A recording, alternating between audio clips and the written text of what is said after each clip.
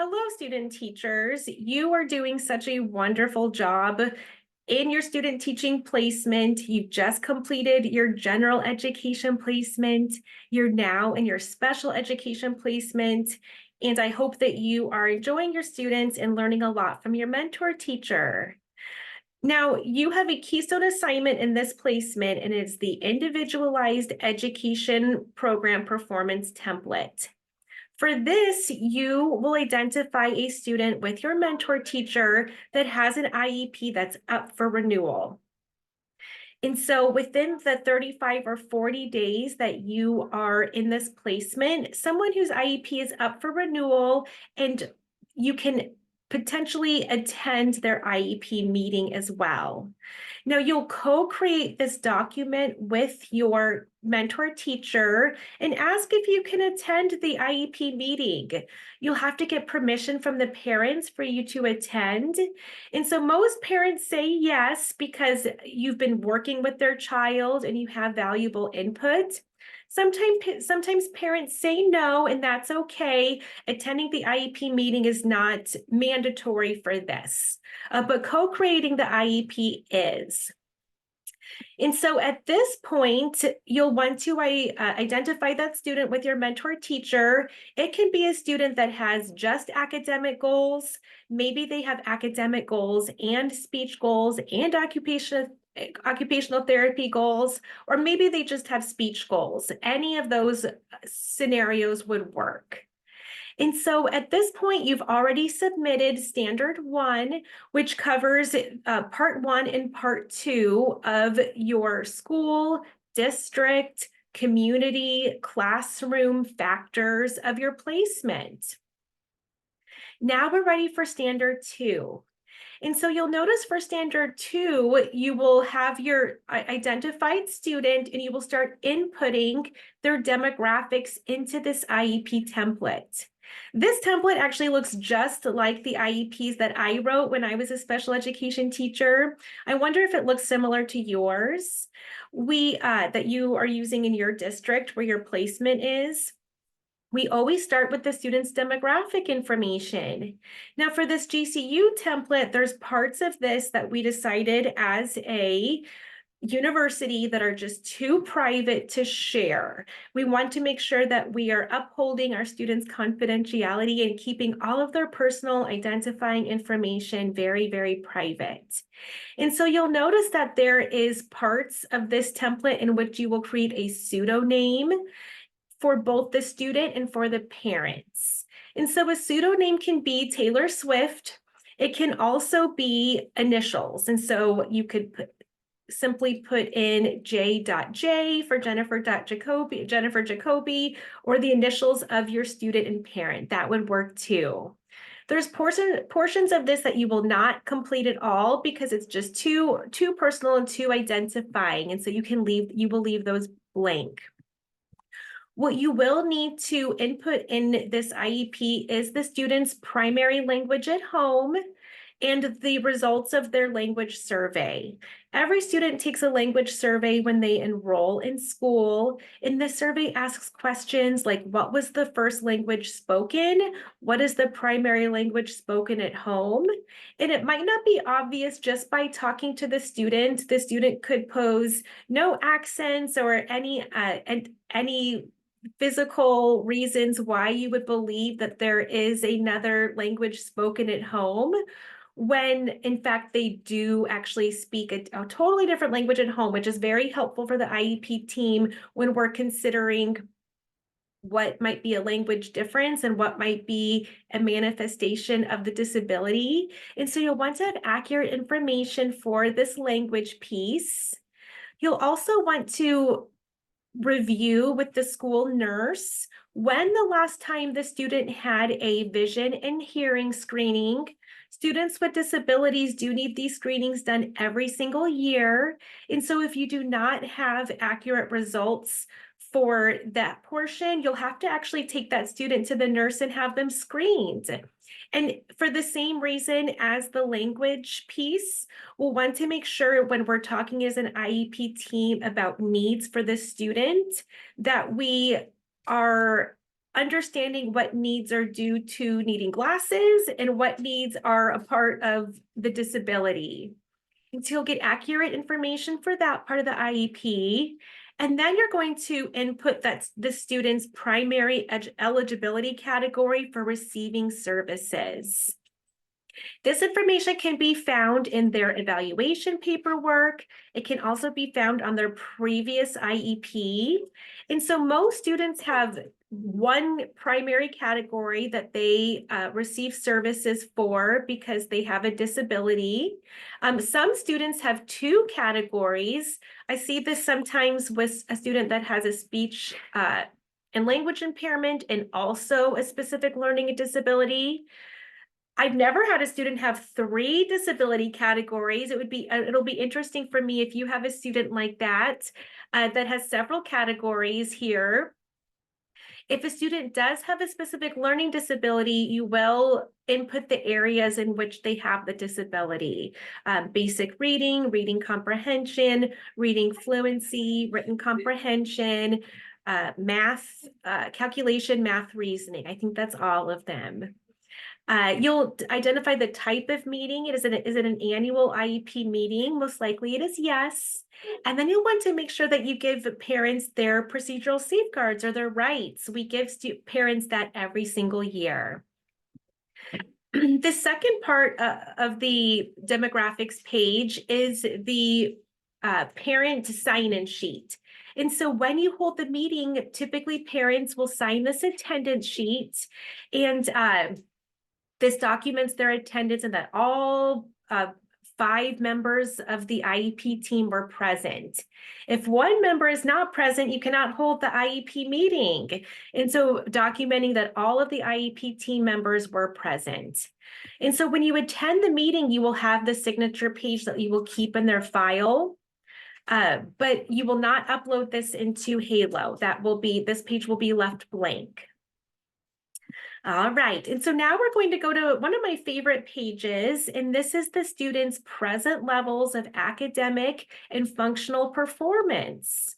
And so really all of this information, all of their updated information across all of these categories are what we're going to base all of our goals and accommodations on after we write this part. I typically spend a lot of time on this page talking to all of the potential people that student comes in contact with in a school day. It will be very helpful to talk to the music teacher, the art teacher. The art teacher gives a lot of good information about fine motor needs that they notice in their classroom. A PE teacher gives really great information about physical or gross motor needs. And so talking to all of the people that student comes in contact with really helps best inform this page. And so for section 1, you're going to summarize all of the specialized services that student is currently receiving.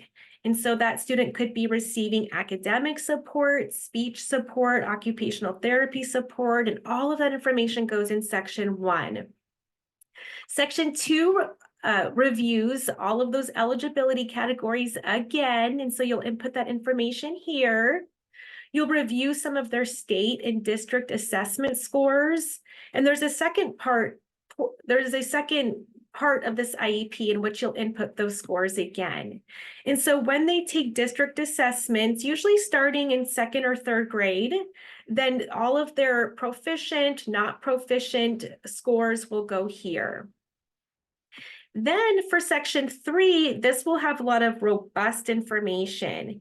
You want to make sure that you include this student's strengths and their needs in these 5 areas. You'll go through all 5 areas and discuss strengths and needs. You'll discuss their cognitive strengths and needs, their processing skills. You'll discuss their physical strengths and needs. There can be an assumption that if a student does not have any physical manifestations of their disability, that we can just leave Part B blank. But it is best practice to still to update that portion and to indicate what that student can do and why it's within a range of their non-disabled peers, so that we have justification then to not include goals for that. So if this is an area of strength for them, if their physical abilities, their oral language abilities, their social abilities are a strength, you'll want to write several sentences about what they can do so that we know what they're able to do at this point. If there's any sort of decline, we can look back at this IEP and see that they were able to do this at one point. And so do not leave it blank, or I will take points off in your grading and in knowing that that's not best practice. I want you to get in the practice of filling out all parts of this. These adaptive needs are important to include as well. Is the student independent in accessing the bathroom or hanging up their backpack? Staying organized in a school day. That's all important. It needs to be updated. Even if they can do it, you'll want to make sure that that's included. All right, this part here, families' input on student performance and work habits. This is important as well. Before the IEP, I will call parents and say, what is your input? I'd love to hear your input before we hold the meeting. This way I can have the information to include in a draft for the parents. Also, if they have any concerns, I can make sure to bring it up and put it on the agenda during the meeting. A summary of work habits is important. And so including what the student can do in terms of executive functioning. Can they initiate tasks and complete tasks? Can they remain organized? Can they keep an organized workspace? All of that very, very important when we're determining goals and accommodations. I think I skipped this one right here, current classroom-based data. Is there any DIBELS data or any sort of classroom-based data that you keep on the students? That data can be across any of these factors, A through E. Maybe it's data on behavior. All of that present data will go right here. Okay. And so now these check boxes, all of them need to be either checked whether they are needed or not needed. I'm just going to take a quick sip of my tea here. So if the student is 16 or older, do they have a transition plan? Do they have a behavior plan? If a student is receiving speech services, their speech and language needs have been included. You'll go through each of these and determine if they're included or not needed. A lot of people think there's an assumption that a student will need some sort of heavy duty technology or speech board in order to need this assistive technology piece, but knowing that a ruler is assistive technology. And so this includes low tech and high tech. And so anything that the student would need as an accommodation would be included, including assistive technology if they need anything either low tech or high tech. Okay, and so now we're going to look at these assessments again. I discussed earlier that you'll input their assessment data and that it would be included in a second part of the IEP. And here it is again. And so you'll go over the students and how they performed on their assessments right here.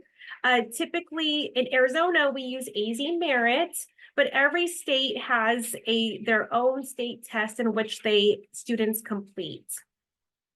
And so you'll put down their test results across all of these areas. It does need to be the most recent test results, whether they're proficient or below proficient in all of these areas. And then you'll come up here and discuss the accommodations that these students would need on assessments. Typically with state and district assessments, we include standard universal accommodations for those students on these assessments. If they need more than that, then typically students will be provided with an alternative assessment. And you see those more in self-contained settings. Okay, and so here's our statement of least restrictive environment, or our LRE statement. This generally is a robust statement of which setting the student is in. If it's a resource setting, typically students are in their general education classroom for 80% or more of their school day, and then they receive pull-out or push-in inclusion services through special education for a small part of their school day. Other students in more self-contained settings spend a majority of their day away from their non-disabled peers. And so you'll describe the setting of their placement right here, and you will also justify why they need this setting and why they're being pulled out. Why do they need to be away from their non-disabled peers? We typically do not say they're away from their non-disabled peers so that their non-disabled peers, will receive what they need. We don't talk about what the non-disabled peers may need. We only talk about what the student needs, what this student needs. Why are they away from their peers at this time? Why can't they receive this service in their general ed class? Is the student particularly distractible where they would need a focused, quieter location in which to learn these skills? Are these skills no longer taught in the general ed curriculum? Are they learning reading skills that is no longer taught in the general ed curriculum? And so they would need this instruction in a separate environment. And so why would we need to pull the student away from their general ed peers? Really being conscientious of when this service can be provided in their classroom. Can a special ed teacher push in and do co-teaching? We always want the student to be with their non-disabled peers as often as possible. And so if that's not the case, really identifying why they need to actually be pulled away from these peers in order to receive an experience in their school day. Okay, so now we're on standard 3. We're about halfway finished. Now, based on their present levels, and to review for their present levels, we discussed both strengths and needs. We're really going to look at their needs, and we're going to determine either goals or accommodations for students. Some students who have a need just need an accommodation. For example, they have a need where they have difficulties initiating tasks. Maybe they need an accommodation like a checklist for students that's on their desk, and then they can check off when they've completed tasks. Other students might need a service and an actual goal that they're working on with either the special ed teacher or a related service provider. And so some students have one goal. I've had students that have 13 goals. It really depends on the student. These can be academic, speech, occupational therapy goals, whatever the student needs. And so you'll discuss the standard that student is working on, and then develop a goal with your mentor teacher that addresses that standard. We've talked so much about goals in your coursework. You'll know that you'll want it to have the content area that student is trying to master. It will also have a goal that can be measured. And so if I were to look at this goal, could I measure it? What's the criteria for mastery? Do they need to get to 80% in order to have mastered that goal? Typically we use 80%. We don't always say 100%. You have to be perfect at this, because who is? And so 80% is generally what we consider for mastery, but some students can actually get higher than that. And we require a higher threshold, so 95% mastery. I'm looking forward to seeing the goals that you co-create with your mentor teacher, and I love writing goals. And so if you need a little bit of assistance and you want to, we can Zoom, you can write me in Halo, and I can help you troubleshoot and send a couple potential goal ideas your way. That would be fun for me. So consider doing that if you feel like that's a need for you. And so now we're on the accommodations page.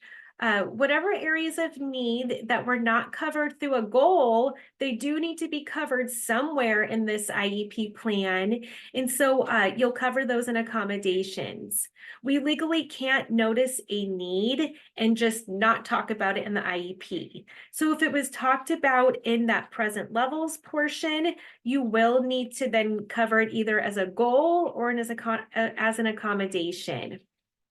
And so talking with your mentor teacher about accommodations they've had in the past, and also accommodations that they might need to be either taken away, they don't need this accommodation anymore that they used to need all the time, or adding accommodations that seem appropriate for them.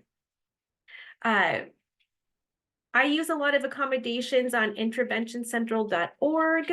There is, and I can link this actually below. I'll post this video and then I'll also link below where I find so many accommodations for students. It's a bank. And so I can look through the bank and identify accommodations that I might not have thought of, but would work really well with this student. I like using a bank at times because sometimes if you're like me, I might tend to use the same accommodations that are familiar to me. And when I can view all of the available accommodations, I can really select and identify ones that would be helpful for the student and not just the ones I usually have in my mind and that I have memorized. And so you'll include the accommodation, you'll include the type of accommodation. Is this an accommodation for their classwork? Is this an accommodation just on assessments? Or will it be used for both? And then in what academic area will they need that accommodation? Is it just for spelling tests? Is it in math?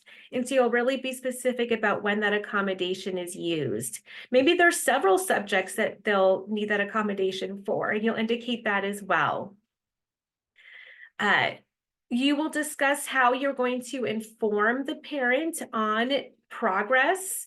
Typically, we measure progress and then we email parents, and I also send a physical copy home with parents so that they're getting these progress reports 4 times a year during that IEP year. And so how often will you communicate progress? You could do this more often. I typically will check in with parents more often than that 4 times a year. And you'll want to indicate that in this family communication area. Your plan. I'm just going to take a little sip of tea here. Okay.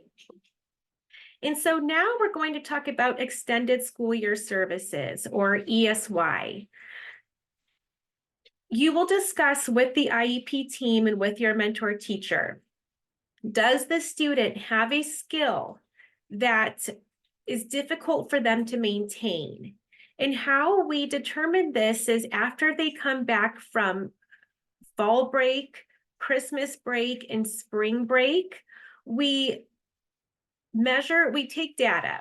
And what we do is we take data to determine if they lost some of these skills that they had before they went on their break, and if they had a significant amount of time that they needed to recoup that skill. And so kids typically will lose skills over a break, even after a 3-day weekend. That can be normal if they kind of need some time to get reacclimated to school. But if it seems like it took them weeks and weeks to get back the skill that they had before the break, they might be eligible for extended school year services. And so you'll talk to the IEP team. You will need to actually talk to probably your assistant principal about this, because this will require a teacher to give these services during the summer via Zoom. I used to do it on Zoom all the time, or in person. Then you'll want to really talk to your assistant principal if you feel like they need this service. we cannot say, oh, we don't have anyone for that. That cannot be a determining factor. We don't have anyone that can provide that service, so don't put it in their IEP. That cannot be a rationale. If they do actually lose that skill and they need it, and it takes them a long time to recoup it, you will put in here that they need extended school year services and the school has to provide it. They have to figure that out. And so looking forward to that conversation. It's always, I've seen so many students who have ESY during the summer. It's so nice to see them come back the following school year, maintaining all their skills, so we don't have to start from square one. So a very important conversation. Okay, we're nearing the end of what you need to include in this portion of the IEP. And so now, based on those goals that you created, for every goal that you created, you're going to have to determine the service in which will be provided. They can't have a goal that they don't have someone working on them with. So if we have a goal, we need to make sure that in school, in the school setting, we're providing a service that they can master the goal. And so you have the sections broken up a little bit. In this first section, it's the special education teacher that generally provides those services. And so academic related goals in reading, writing, and math, those will all go in this first grid here. Now, if you have a speech teacher or an occupational therapist working on a goal with a student, their services will be right here in the educationally relevant related services. They're related service providers. And if the student has a one-on-one assistant or a paraprofessional, then their information will go here, how many minutes they're spending with that student. And so for all of these services, you'll determine who gives the service. Is it a special ed teacher? Is it a speech pathologist? Where is the service taking place? Is it in a resource classroom? Is it in their general ed class? Will you be pushing in and doing inclusion services? I try to see if I can do that whenever possible. We always want to make sure the student is in the least restrictive environment. And so I'll push in if I can and provide that support and instruction within the classroom. The start date will be the date of the IEP. How often will they be provided this service? Will it be twice a week? Will it be every day? And then the end of the IEP. I should say, I think I misspoke for a second there. So the service here will be the reading service or the specialized writing services or the specialized math services. And the provider who will be giving the services will be right here underneath provider. All right, let's see.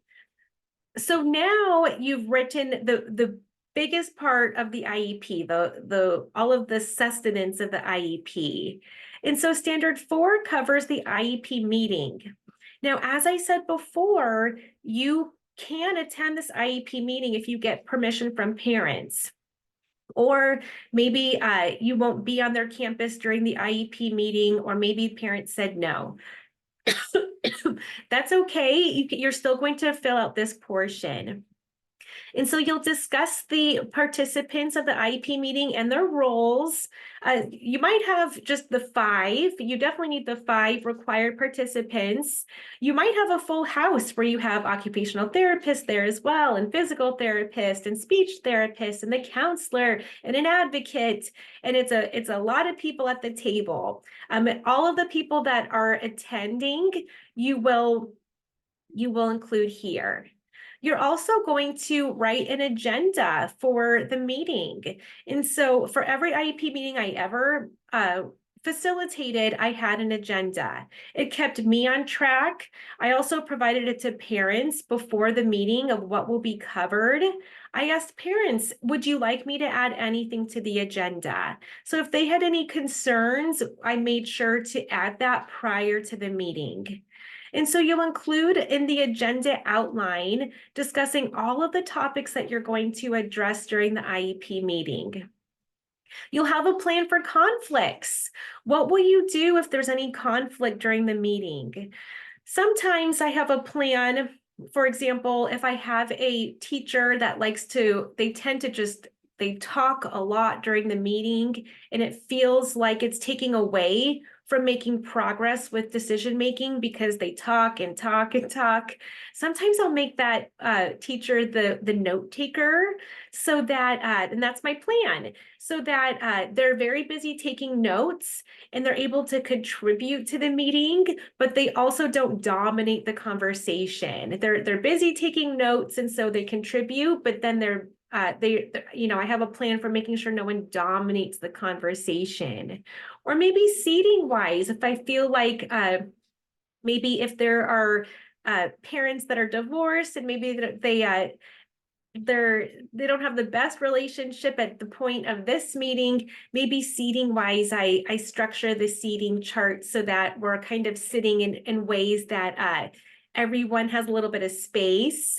I always make sure I have a plan where I'm situated right by the parents so that I can point out important information that they need to see, and I'm not reaching across a table. And so all of that is part of a plan that you would include here. This last part here is your mock IEP interview, this video. This is generally my favorite part. Running IEP meetings can be nerve-wracking. They take some finesse to facilitate a meeting with several people, especially several people that care. We all care. And so this mock IEP is a really important part of this document. And so I've seen several versions of this. You're going to relay all the contents of the IEP as if you were at the meeting. You can't actually film the meeting because with FERPA and protection, you can't film it. So you'll do this mock IEP either before or after the IEP to discuss what you would discuss if you were there. Excuse me. I've seen different versions of this where the general ed teacher is, or I'm sorry, rather the special ed teacher is just insinuating that there's people at the table. I've also seen GCU students actually get other teachers to role play and be different members of the IEP team, and either would work.